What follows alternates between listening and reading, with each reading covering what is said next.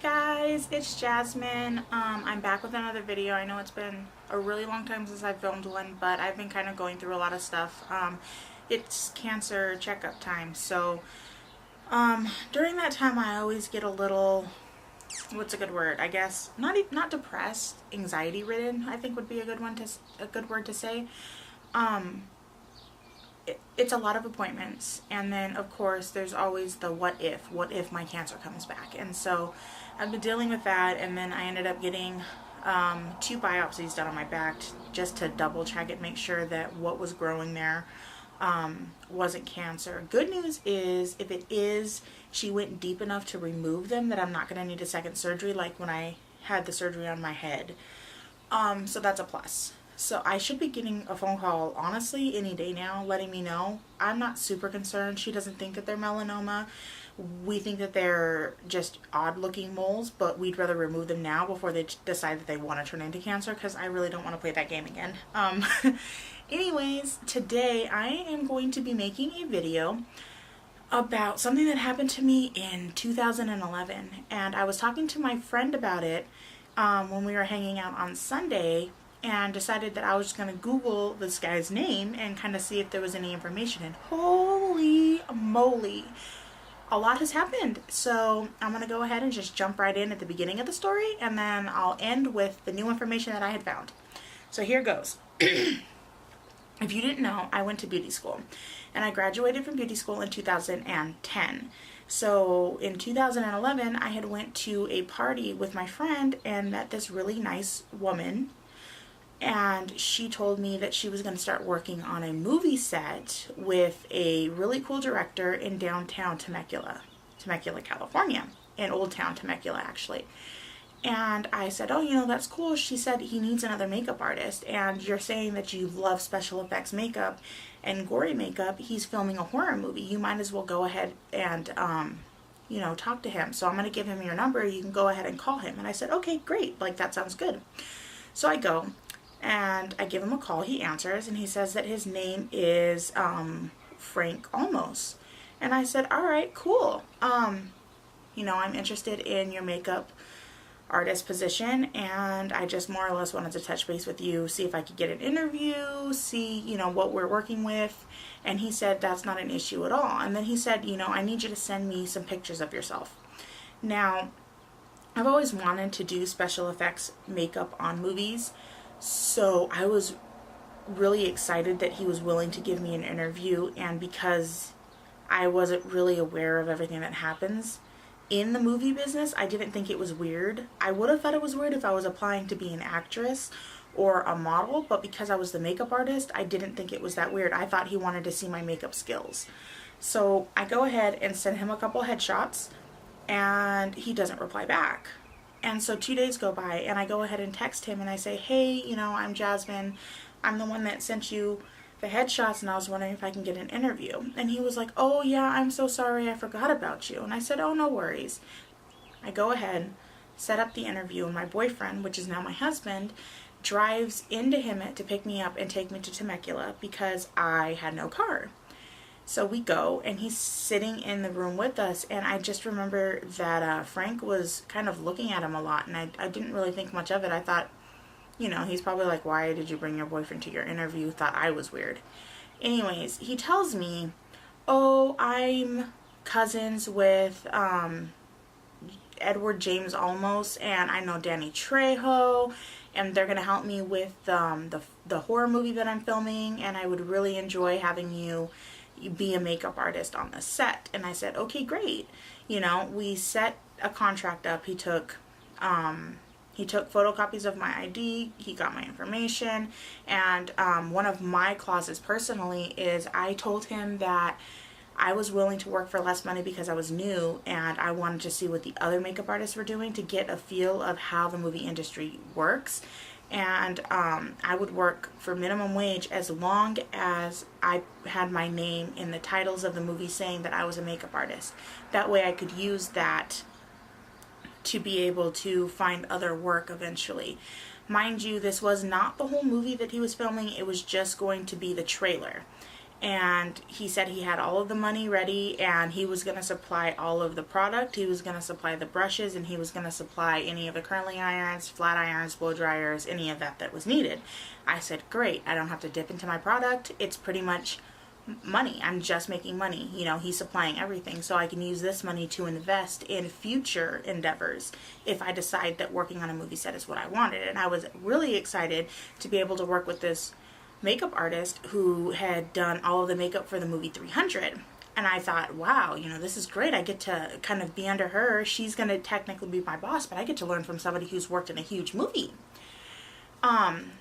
Everything works out. I go ahead and I show up on the first day, and I meet the main artist and tell her, you know, I'm so excited to meet you. I can't believe that I'm even meeting somebody who did makeup on the movie 300. And she looked at me and said, I don't know why he's telling people that. I've never done that. I've never done makeup on any big movies. And I said, oh, all right. So he comes in and starts rushing me girls and says, where's all of your stuff? And I said, what do you mean? You said you were going to supply all of the makeup, all of the brushes. And he says, oh, you didn't get the memo? You need to use your own product. So what, are you just going to sit here all day? And I said, well, I got a ride here because I don't have a car, so I can't really drive home. And luckily the main makeup artist that worked on the movie 300 said, you can use my product, don't worry about it. And I said, fantastic. The next day, of course, I brought my makeup. So I get there on the first day, and I meet this wonderful makeup artist who did the makeup for 300, and I tell her, I'm so excited to meet you and work under you. And I mean, I was, to be perfectly honest, I was a little fangirlish. And she looked at me and said, I don't know why he's telling people that. I've never worked on the movie 300. I've only done small films. And I said, oh, okay. And I thought that was a little weird. So he walks in and tells me, you know, start doing makeup. And I said, where's all of the product? And he said, you need to supply your own product. And I said, in the contract it says that you're going to supply the product. He's like, oh, you must not have gotten that memo. Also, he had changed the whole movie. The original movie I was supposed to work on was a horror movie. All of a sudden, I'm working on a movie set called Meet Los Sanchez. And I said, I thought this was a horror movie. And he says, no, I changed it last minute. What, you didn't get that memo either? And I said, no, I didn't. So I was a little bummed because, one, I thought I was working with someone who had worked in bigger movies, and two, I thought I was working on a horror movie. My love for makeup is special effects. I want to work on the set of Walking Dead. I want to do all of the gory necks cut open makeup for a horror movie. I don't want to do glammed makeup, but I'm gonna do it because it's still a shot at working on a movie. So I was bummed, but you know, I got to work. Because I didn't have my own product, luckily the very nice makeup artist that I was working under let me use her product for the day, and we both assumed that we were just going to be reimbursed, so she didn't mind. So I come in the next day with all of my makeup, and I'm doing makeup and hair, and he is just constantly telling me, why does she look like this? This isn't what I wanted her to look like. Her makeup needs to be darker. Her makeup needs to look hotter. She needs to look like a hooker. And I was like, okay, I can put it on darker. You were originally telling me you wanted them to look like the girls next door. The girl next door doesn't look like a hooker. And then these girls are getting into their outfits, and I'm like, what kind of movie is this? This is a family movie. This is supposed to be a family comedy called Meet Los Sanchez. Why are all of these girls wearing this stuff? I mean, it was to the point I was covering up nipples because little areolas were hanging out. I was like, okay.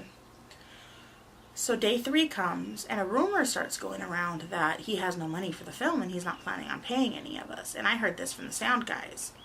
And I'm thinking to myself, whoa, what do you mean you're not paying me? I'm using my own product. One of the rules is I had to have my flat iron and I had to have my curling iron plugged in 24/7. Mind you, I was working 16-hour days. So I was just really kind of worried at this point because I'm really putting a lot of wear and tear on my products. I'm putting a lot of wear and tear on my equipment. I'm using up my product really fast because he's sending me people that were supposed to come with their makeup done already. So I'm blowing through product and I haven't been paid yet, and I'm so broke I can't afford shoes or a car at this point. And I push through, and then finally day 4 comes of working a 16-hour day, and then later that day, one of the girls who's playing his wife, so she's a main actress, says, "I think that there's a ghost in my hotel room." And I look at her and go, "I believe in that. Why do you think that?" And she says, "At night my door is rattling and I don't know why, and it sounds like it's being moved, and I feel like there's like walking outside of my room, and I don't know what to do." And I said, I don't really know what to do either, but I mean, that's scary. I was like, maybe ask for a different room. And she goes, "No, I'm getting a discount because I'm sharing that room with Frank. All we have is a door separating us." And I thought to myself, and you haven't thought that maybe it's him? But of course she didn't. So day 4 comes, I show up at work, and he says, "You need to sign this contract." And I said, "What is it?" And he was like, "It's a change of contract. You need to sign it." And I look over it, and it says that money is not guaranteed, that I'm not getting paid overtime for all of the extra hours I was working. I was working 16-hour days, and anything after 8 hours was considered overtime. And he was trying to make it say that I didn't get paid overtime after 8 hours. It was the same. And I said, "I'm working for minimum wage. I can't, 16 hours a day at minimum wage isn't fair, especially because I'm using my own product and you still haven't paid me. You were supposed to pay me yesterday." And I refused to sign it, and he got very upset. But I said, "I'm not doing it. You can fire me right now, but if you fire me, I want my whole paycheck." So he kept me. And then day 5 comes around. I come into work. Rumors are now flying that he has no money, and that's why we signed the contracts. And again, luckily I didn't. And the end of the day comes. It's supposed to be payday. We were supposed to have the weekend off. And he says, "Oh, I'm going to get you your money, but I don't have it right now." And at this point, people are starting to see a lot of alcohol in his office, expensive alcohol, expensive bottles of wine, expensive bottles of champagne. He had some Hennessy, I think Grey Goose, which Grey Goose isn't really that much, but still, like, he had kind of top-notch alcohol, and there was just empty bottles. So we were concerned, and then another person was like, "He's doing cocaine in his trailer." And I'm thinking, okay, cocaine is a very expensive habit. I really hope he has money to pay us. So he says, "Well, I'll pay you guys, but I don't have the money today." So I'm sitting inside of the office waiting for my boyfriend, now husband, to come get me. And suddenly one of the sound guys comes bursting in and just grabs his laptop and leaves. And then comes right back in and says, "He's not paying us. He's not planning on paying us. Take as much shit as you can because we're not getting paid." And I sat there like, oh crap, what do I do? Like, I just witnessed this guy steal his laptop.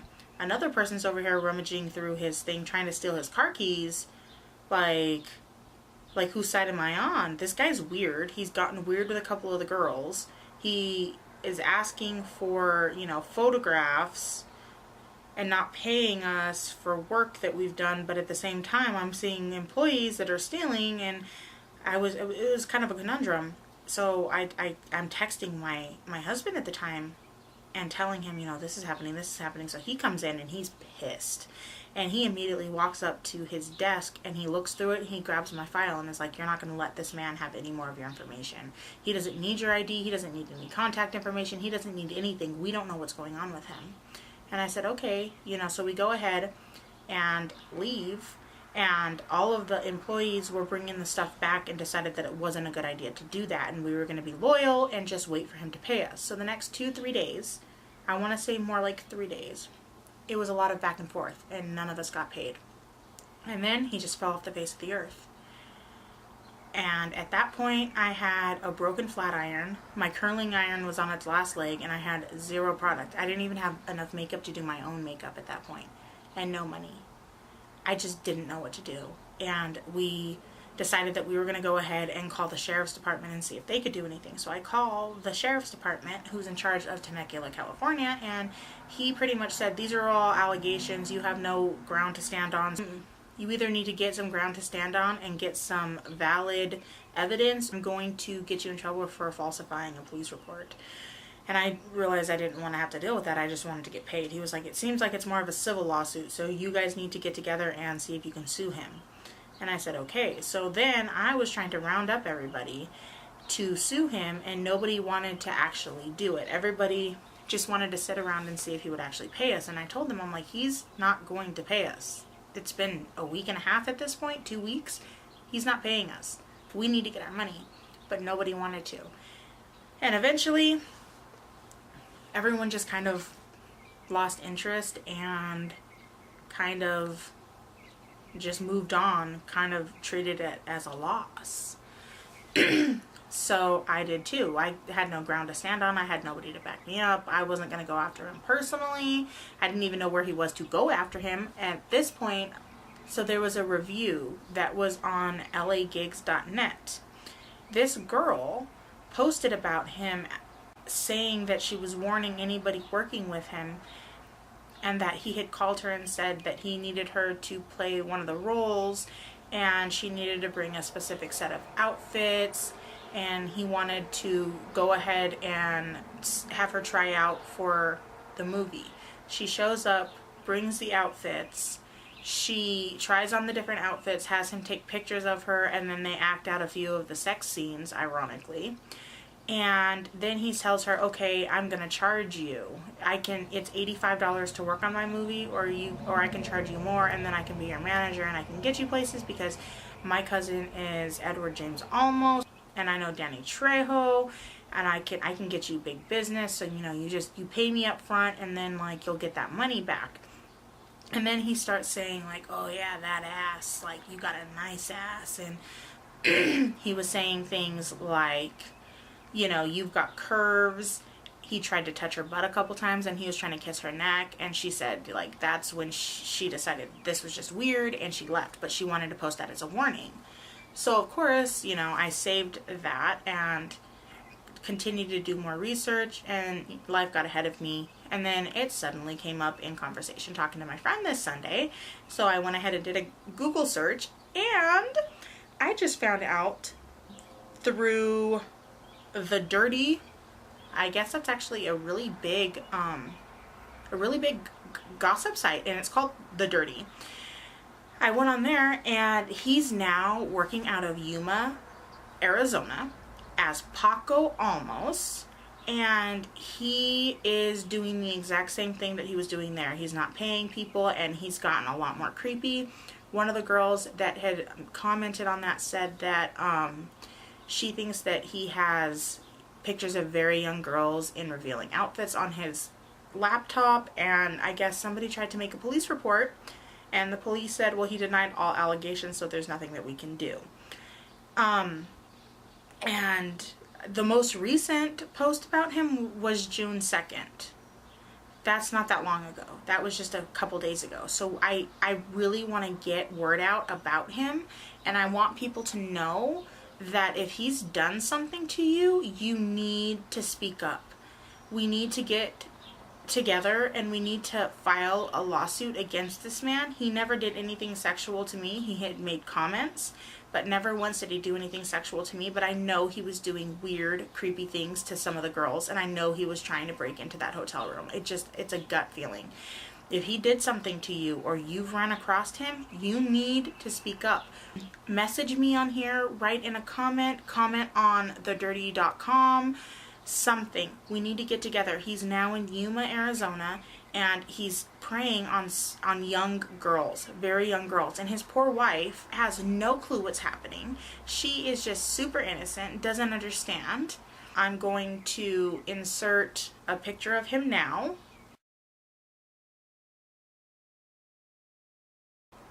He is a scam artist. He's taking our money.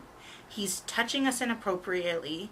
And he's preying on young girls. This is not okay. People have witnessed him handing out business cards to girls in malls that are clearly too young, saying, oh, I'm a director, I'm a manager, I can make you famous. He does not know Edward James Olmos. I called his office personally and talked to the secretary, and she said that there is zero affiliation and that this man is abusing their name. He doesn't know Danny Trejo. He doesn't know Edward James Olmos. Every single time that somebody calls him out on something that he's doing, he changes his name. He went from Francisco Olmos to Frank Olmos to Frankie Olmos. And I know that's the same name, but he's changing it up so people don't put two and two together. He's a smart guy. He's swindled money away from huge businesses. He's swindled money away from people that are supposed to be getting paid by him. And he's using it to fulfill sexual fantasies. He's interviewing these girls and he's having them strut around in revealing outfits and act out sex scenes from a movie just to get his rocks off. He's a sick individual and we need to stop him. If you guys enjoyed this video, please go ahead and give it a like. Subscribe if you enjoyed it. And honestly, I don't ask for you to share my video because I'm not trying to gain subscribers that way. But for this one specifically, please do. Please share this. We need to get word out about this guy and we need to stop him. And again, if you have any questions or comments, you can go ahead and direct message me, or you can go ahead and comment and I will get back to you. Thank you so much for your time, and I hope you guys have a wonderful day. Bye.